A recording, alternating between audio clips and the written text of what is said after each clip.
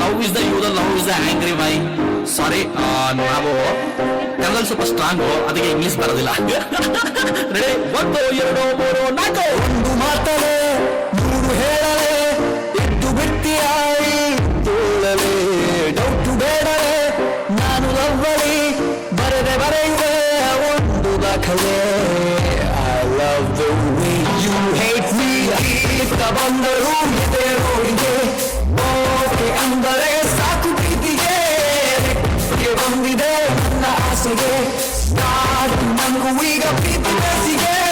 ಒಂದು ಮಾತಲೆ ಮೂರು ಹೇಳೆ ಎದ್ದು ಬಿಟ್ಟಿಯಾಯಿ ತೋಳಲೆ ಡೌಟು ಬೇಡಲೆ ನಾನು ಲವ್ವಲಿ ಬರೆಯುವೆ ಒಂದು ದಾಖಲೆ.